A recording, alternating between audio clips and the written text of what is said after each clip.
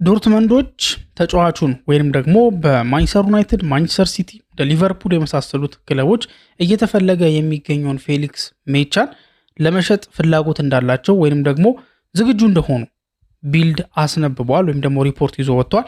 ግን ደግሞ መሸጥ የሚፈልጉበት ግን የሆነ አይነት መንገድ አለ። እንዲሁም ፌሊክስ ሜቻን እንደ ጁድ ቤሊንጋም ነው እየተመለከቱት የሚገኙት። የጁድ ቤሊንጋም አይነት አሻሻጥ ወይም ደግሞ ልክ ጁድ ቤሊንጋም እንደወጣበት አይነት ዋጋ ወይ ደግሞ ስትራክቸሩ ምናምን እንደ ጁድ ቤሊንጋም ለማድረግ እያሰቡ ነው የሚገኙትና ይሄ ነገር ጥሩ ነገር አለው ወይስ መጥፎ ነገር ብቻ ነው ያለው? ምንድነው ያለው ነገር የሚለውና ስለ ጉዳዩ ምንስ ለማለት ነው ላይክ ቤሊንጋም ሲሉ ከምን አንጻር ነው ስለ ከቤሊንጋም ጋር ለማያያዝ የወሰኑት የሚለውን ነገር ሰፋ አድርገን ለመመልከት እንሞክራለን። ከዛ ውጪ ደግሞ ማንቸስተር ዩናይትድ ሚድፊልድ ላይ ሌላኛው ማቲዩስ ፈርናንዴዝን አጥቷል። ማቲዩስ ፈርናንዴዝን ብቻ አይደለም ኤሌት አንደርሰንን አጥቷል። ቶናሊም ከማንቸስተር ዩናይትድ ጋር ስሙ ሲያያዝ ነበር። እነዚህን ተጫዋቾች ያጣበትን መንገድ ተመልክተናል። ከሶስቱ ተጫዋቾች ሁለቱ ወደ አንድ ክለብ ነው የሄዱትና ሌላ እንደ ተተኪ አርጎ ወይም ደግሞ ቀጣይ ትኩረት ሰጥቶ የሚሰራባቸው ዝውውሮች ሊስት ተደርገዋል። ቴሌግራፍ ላይ በወጣው መረጃ መሰረት ሊስት ተደርገዋል። እነዚህ ተጫዋቾች ወደ 4 ያክል የሚሆኑ ናቸው። እነዛ 4 ተጫዋቾች እነማን ናቸው? ምን አይነት ኮንዲሽን ወይም ደግሞ ምን አይነት ቅድመ ሁኔታ ተቀምጧል የሚለው ነገርና በእነሱ ተጫዋቾች ዙሪያ ያለው የመሳካት እድል ምናምን የመሳሰሉትን ነገሮች ሰፋ አድርገን ለመመልከት እንሞክራለን። ከእናንተ የሚጠበቀው ታዲያ እስከ ፕሮግራማችን መጨረሻ ድረስ አብራችሁን መቆየት ነው። ለዚህ ቻናል አዲስ ከሆናችሁ ሰብስክራይብ እያደረጋችሁ ቤተሰብ መሆናችሁን እንዳትረሱ። አዲስ ካልሆናችሁና ሰብስክራይብ ካደረጋችሁ ደግሞ ሼር በማድረግ ብዙ ቦታ እንድንደርስ እንድታደርጉ እንጠይቃችኋለን። መልካም ቆይታን ተመኝ። ማንቸስተር ዩናይትድ የሚድፊልዱ ቦታ ላይ ወይ ደግሞ የመሃል ሜዳ ገበያው ላይ በከፍተኛ ሁኔታ ላይክ ትችትም አድናቆትም እየቀረበለት ነው የሚገኘው በዚህ ሰዓት ላይ ማለት ነው። ትችት እየቀረበበት ያለበት ምክንያት ምንድነው? ቶተናም እንዴት ያሸንፈዋል? ቶተናም እንዴት የተሻለ ገንዘብ አስገብቶ ማቲዩስ ፈርናንዴዝን ላይክ እየፈለገው ወይ ደግሞ ንግግሮች እየተደረጉ እንደነበረ ዩናይትድ ፕራዮሪታይዝ አርጎት እንደነበረ ምናምን ነገር ሰምተናልና እንዴት ይነጠቃል የሚሉ ከፍተኛውን ትችቶች ነበሩ። በዛው ልክም ደግሞ የሆነ ተጫዋች ልክ እነሱ ኢቫሉዌት ሲያደርጉ ኢቫሉዌት የሚያደርጉበት የሆነ ያህል ገንዘብ አለ። ይሄ ተጫዋች እስከዚህ ገንዘብ ድረስ ይገባዋል፣ ከዚህ ገንዘብ በላይ ግን አይገባውም ብለው የራሳቸው የሆነ ስታንዳርድ እንዳላቸውና የሆነ ተጫዋች ተወዷል ብለው ካሰቡ ወይ ደግሞ ኦቨር ፕራይስድ ሆኗል ብለው ካሰቡ ኢሚዲየትሊ እንደሚተዉት አሳይተዋል እየተባለ በዛው መንገድም እየተደነቁ ነው የሚገኙት። ታዲያ አሁን ላይ መረጃዎች እንደሚያሳዩት ከሆነ በተለይም ደግሞ መግቢያ ላይ እንደጠቀስኩላችሁ ቢልድ የተባለው በጀርመን በጣም ትልልቅ ነገሮችን በመዘገብ ትልልቅ ዜናዎችን ኤክስክሉሲቭ የሆኑ ወይም ደግሞ ሌላ ቦታ የማይገኙ አይነት ዘገባዎችን የሚሰራ ትልቅ ታማኝ የሆነ የዜና ምንጭ እንደሆነ ይታወቃል። ታዲያ ቢልድ ይዞት በወጣው መረጃ መሰረት ዶርትመንዶች የፌሊክስ ሜቻ ጉዳይ ላይ ለመሸጥ ፈቃደኛ እንደሆኑ አሳውቀዋል እና የሚፈልጉትም ክለቦች ብዙ ስለሆኑ ለምሳሌ ማንቸስተር ዩናይትድ ይፈልገዋል፣ እንደዚሁም ደግሞ ሊቨርፑል ይፈልገዋል። ከማንቸስተር ሲቲ ጋር ስሙ ሲያያዝ ሰምተናል። ከአርሰናል ጋር ስሙ ሲያያዝ ሰምተናል። እንደምናውቀው በማንቸስተር ሲቲ የወጣት ቡድን ውስጥ የነበረ ተጫዋች ነው ፌሊክስ ሜቻ ማለትና ብዙ ፈላጊ ክለቦች አሉት። በዚህ ሰዓት ደግሞ ሌላ እየፈለገው የሚገኘው በተለይ በዋናነት እየፈለገው የሚገኘው ክለብ ደግሞ ማንቸስተር ዩናይትድ እንደሆነ ይታወቃል። ምክንያቱም ዩናይትድ የመሃል ሜዳ ተጫዋች ለማስፈረም ከወሰነ ቆይቷል። ያንም ደግሞ አንዳንድ ተጫዋቾችን ቼክ ሲያደርግ ሲከታተል ሲመለከት ቆይቷል።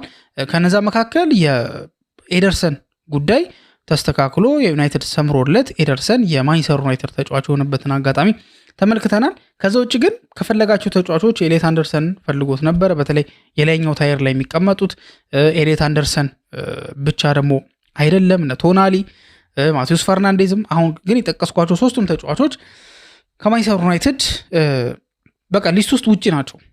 ይፈልጋቸው ነበር ዩናይትድ ግን ደግሞ ማስፈረም አልቻለም ማለት ነው። ሌላኛው ደግሞ የሚፈልገው ተጫዋች እንዳልኳችሁ ፌሊክስ ሜቻ የተባለው ተጫዋች ነው። ሜቻ 25 ዓመቱ ነው።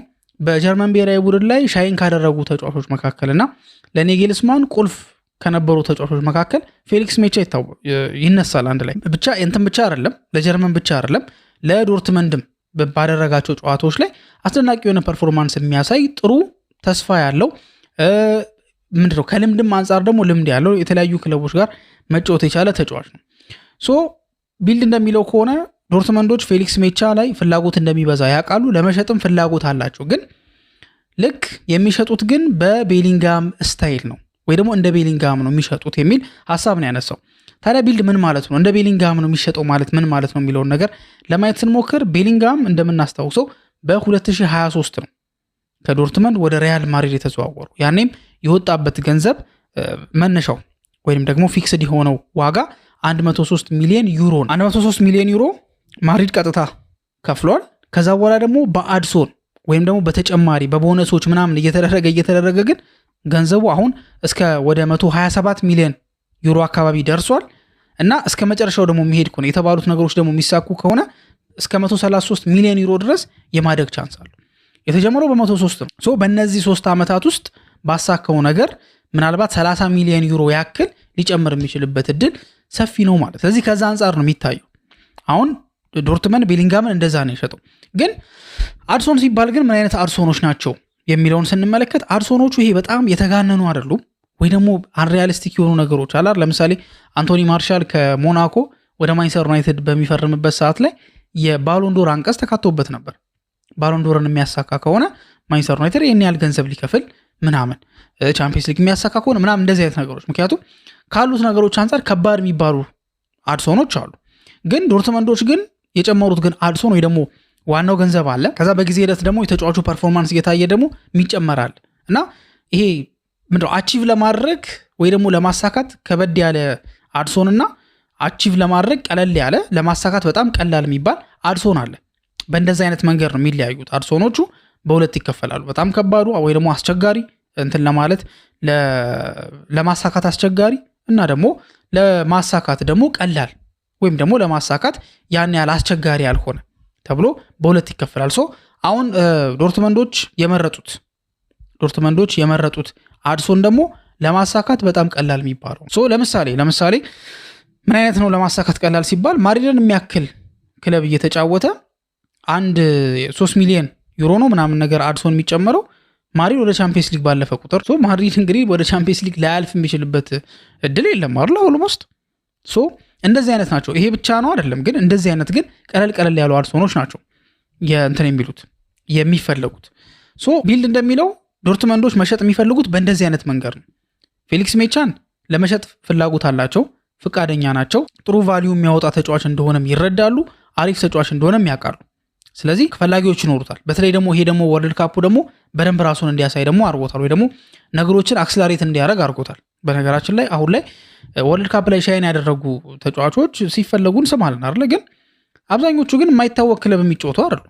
ለምሳሌ ናካሙራ የሚባለው የጃፓናዊ ተጫዋች 13 ቁጥሩ ልጅ ፈላጊዎቹ በዝተዋል። ግን ይሄ ልጅ የሆነ የማይታወቅ ወይ ጃፓን ሊግ ውስጥ ምናምን የሚጫወት አይደለም።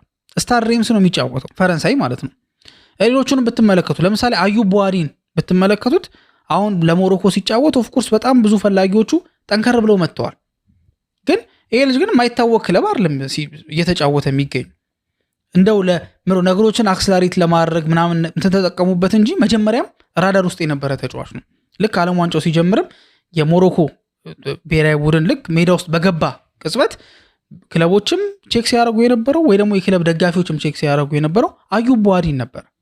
ምክንያቱም ቀድሞ ክለቦች ፍላጎታቸውን ገልጿል፣ የሚፈለግ ተጫዋች ሆኖ ነው የቆዩ። ከዛ በኋላ ግን ወርልድ ካፕ ላይ ደግሞ ያሳየው ነገር ደግሞ አሪፍ ሲሆን ደግሞ ነገሮች ጨመሩ። እስማኤል ሳይባሪ የተባለው ተጫዋች ፒኤስቪ ነው የሚጫወተው። ሶ ላይክ ከወርልድ ካፑ በፊትም ባየር ሙኒኮች ይፈልጉት ነበር። ወርልድ ካፑ ነገሮችን አክስለሬት አደረገውና በፍጥነት እንዲፈርም ሆነ። አሁን ፈርሟል፣ ኦልሬዲ ሜዲካል ጨርሶ ምናምን ፈርሟል። እስማኤል ሳይባሪ ግን እንዳልኩ ፒኤስቪ ነው የሚጫወተው። ከዛ በፊት የሚፈለግ ነው። ፌሊክስ ሜቻም ልክ ዓለም ዋንጫ ሲጀመር አይደለም ክለቦች እሱም መፈለግ የጀመሩት። ዓለም ዋንጫ ከመጀመሩ በፊትም ፌሊክስ ሜቻ የሚባል ተጫዋች የትልልቅ ክለቦች ራዳር ውስጥ ነበር። ወይ ደግሞ ሊስት ሲያወጡ የሚፈለጉ ተጫዋቾች ሊስት ሲያወጡ ፌሊክስ ሜቻ አንዱ ነው። ሶ በእንደዚህ አይነት ሁኔታ ነው ተመልምሎ የነበረው ማለት ነው። እና ወርልድ ካፑ ደግሞ ነገሮችን ይጨምርለታል። እነሱም ዋጋ እንዲጨምሩ ስለሚያመቻቸው ፐርፌክት ታይም ነው ተብሎ ይታሰባል። ለዶርትመንዶች ለመሸጥ ይሄ ልጅ ለመሸጥ ፐርፌክት ታይሚንግ ነው ተብሎ ይታሰባል። ለምን የወርልድ ካፕ ሲዝን ነው። ወርልድ ካፕ ላይ ደግሞ ጥሩ ፐርፎርማ ያደረገ ተጫዋች ነው። ሶ እድሜው ደግሞ 25 ነው። ስለዚህ ነገሮችን አክስለሬት ያደርገዋል ማለት ነው። ጁድ ቤሊንግሃም በነበረበት ሰዓት ላይ ዶርትመንድ በጣም ተፎካካሪ ነበር አይደል? አሁን ግን ሜቻ ባለበት ሰዓት ላይ ግን ዶርትመንድ ያን ያህል ተፎካካሪ አልነበረም። ስለዚህ በተወሰነ መንገድ ላይክ የልጁን ቫልዩ ቀነስ ያደርገዋል።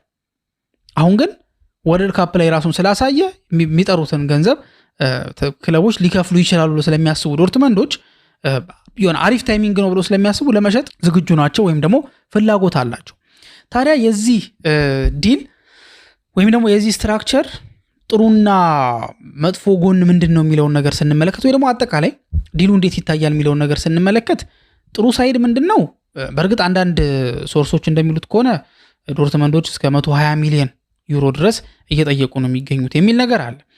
ይሄ 120 ሚሊዮን ዩሮ በእርግጥ አሁን ልጁ ዛት ማች ገንዘብ ይገባዋል። አሁን ጁድ ቤሊንጋም ገና ያኔ ከበርሚንጋም ሲቲ ወደ ዶርትመንድ በሚሄድበት ሰዓት ሁላ እነ ማንቸስተር ዩናይትድ ሲፈልጉት ነበር፣ እነ ሪያል ማድሪድ ሲፈልጉት ነበር። ግን ለእድገቱ ብሎ ነው ወደ ዶርትመንድ ሄዶ የነበረው። ጁድ ቤሊንጋም ኦልሬዲ ፖፑላር ነው። ከዛ እንቅስቃሴውም ደግሞ ጥሩ ነበር። ዶርትመንድም ተፎካካሪ ነበር። ሜቻ አሁን ባለው ፐርፎርማንሱ የዶርትመንድ ቲም ዛት ማች ጠንካራ ሆኖ አይደለም እየተመለከት ነው የምንገኘው። ስለዚህ ልክ ፌሊክስ ሜቻ ይፈለጋል ሲባል ወይ ደግሞ 100 ምናምን ተብሎበታል ወይ ደግሞ 100 ምናምን ተገምቷል ሲባል ክለቦች የሆነ ጥያቄ ማንሳታቸው አይቀርም። ግን ልጁ ግን እንዳልኳችሁ ይገባዋል ብሎ ክለቦች ካመኑ በደንብ አድርገው ግምገማ አድርገው በደንብ አድርገው ዳታውን ቼክ አድርገው የልጁን እንቅስቃሴ ደካማ ጠንካራ ጎኑን አይተው ወርዝ ያደርጋል ለማስፈረም ቢሉ እና ለምሳሌ ዩናይትድ ቢልና ለመክፈል ፈቃደኛ ከሆነ የዶርትመንዶች ቤሊንጋምን የሸጡበት ስትራክቸር ምን ያሳየናል? ዶርትመንድ የሚፈልገው ምንድነው? ወይ ደግሞ ሊስማማ የሚችልበት መጀመሪያ ላይ ቤዝ ፔመንት ከተሰጠ ለምሳሌ ለቤሊንጋም 103 ነው የተሰጠው። ከዛ በኋላ ከ3 ዓመት በኋላ 127 ድረስ ደርሷል ምናምን ነገር 120 በሚሉበት ሰዓት ላይ ቤዝመንቱ ነው ቤዝ ፔመንቱ ነው 120 ወይንስ ተጨማምሮ እስከሚሄደው ድረስ ነው?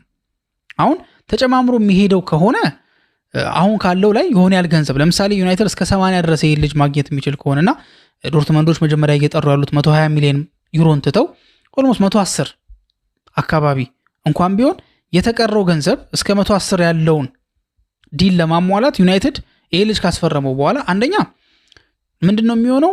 ጀስት በመሃል የሚከፈል ነው። የልጁ ፐርፎርማንስ ላይ ታይቶ የሚደረግ ነው። በእርግጥ ለቻምፒየንስ ሊግ ማለፍ የሚባል አይነት ቀላል የሆኑ አንቀጾችን ነው የሚፈልጉት። ቢሆንም ግን ቢያንስ ከዚህኛው ዝውውር ላይ የሚያተርፈው ገንዘብ ይኖራል መክፈል ካለበት። ምክንያቱም አሁን ቻምፒየንስ ሊግ ካለፈ የሚል ዲል ማለት በጣም ሲምፕል ነው ለማድሪድ። ኦልሞስት እኮ የተረጋገጠ ነው። በቃ እርግጥ የሆነ ክፍያ ነው ብዬ አስባለሁ። ግን እንደዚህ ግን ገንዘብ ሲቀንስ መጀመሪያ የሚከፈለው በዚህኛው የዝውውር መስኮት ላይ የሚከፈለው ገንዘብ እንደዚህ ሲሆን ማሸጋገር ይችላሉ። ገባችሁ? ስለዚህ በተወሰነ መንገድ ይሄ ዲል ጥሩ ሊሆን የሚችልበት አንድ ትልቅ ምክንያት ምንድነው?